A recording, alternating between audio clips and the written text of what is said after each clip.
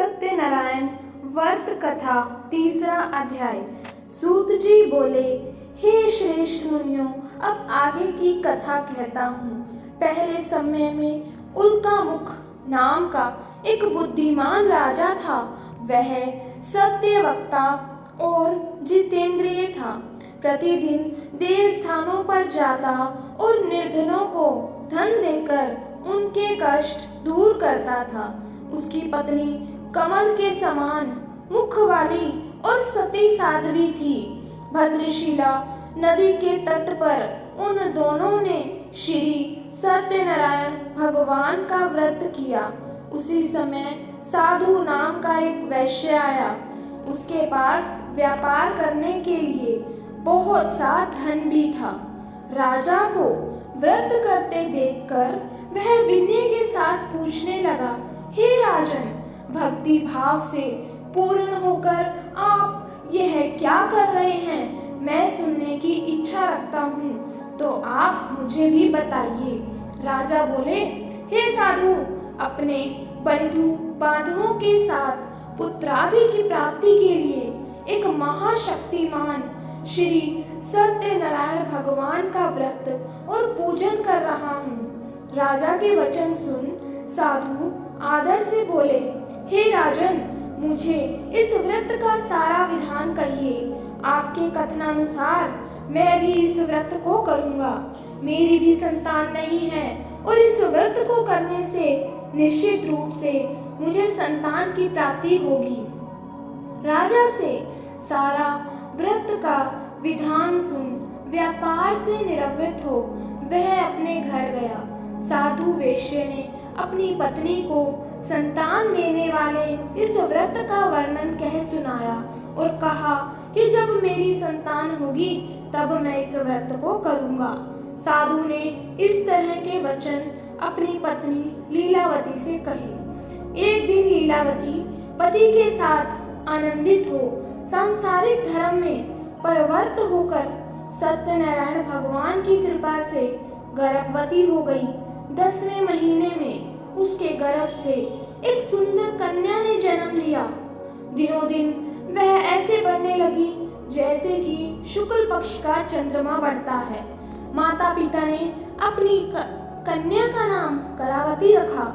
एक दिन लीलावती ने मीठे शब्दों में अपने पति को याद दिलाया कि आपने सत्यनारायण भगवान के जिस व्रत को करने का संकल्प किया था उसे करने का समय आ गया।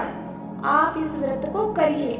साधु बोला कि हे प्रिय, इस व्रत को मैं इसके विवाह पर करूंगा।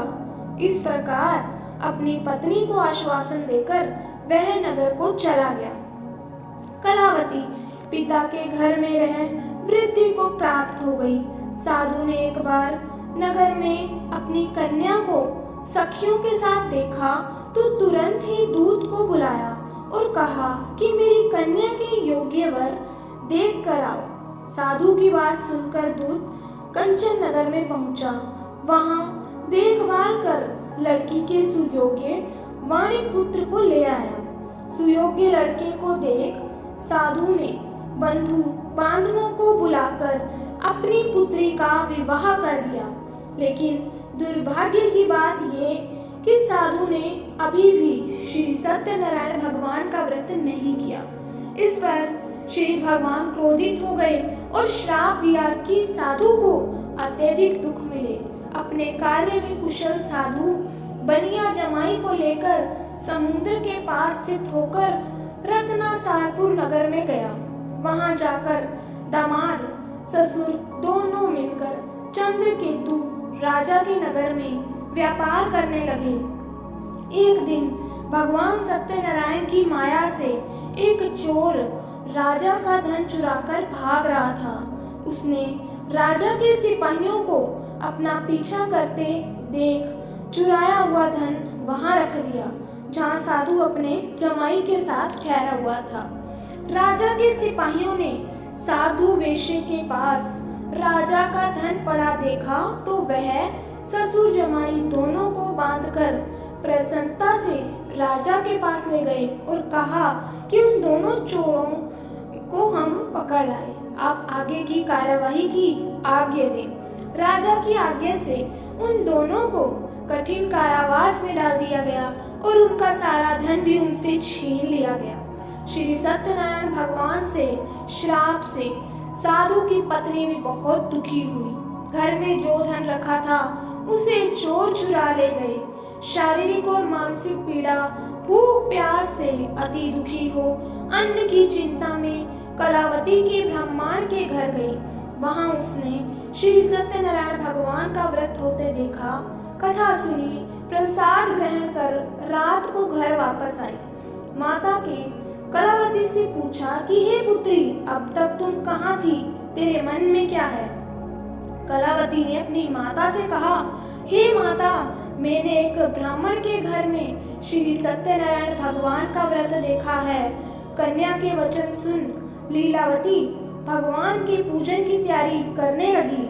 लीलावती ने परिवार और बंधुओं सहित सत्यनारायण भगवान का पूजन किया और उनसे वर मांगा कि मेरे पति और जमाई शीघ्र घर आ जाएं। साथ ही यह भी प्रार्थना की कि हम सबका अपराध क्षमा करें। श्री सत्यनारायण भगवान इस व्रत से संतुष्ट हो गए और राजा चंद्रकेतु को सपने में दर्शन दे कहा कि हे राजन, तुम उन दोनों वैश्यों को छोड़ दो और तुमने उनका जो धन लिया है उसे वापस दे दो। अगर ऐसा नहीं किया तो मैं तुम्हारा धन, राज्य, संतान सभी नष्ट कर दूंगा। राजा को यह सब कहकर वह अंतर्ध्यान हो गए। प्रातःकाल सभा में राजा ने अपना सपना सुनाया।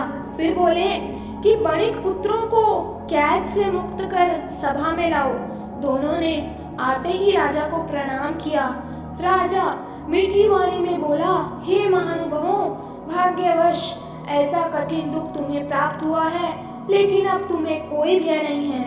ऐसा कहकर राजा ने उन दोनों को नए वस्त्राभूषण भी पहनाए और जितना धन उनका लिया था उससे दुगना उन्हें वापस कर दिया।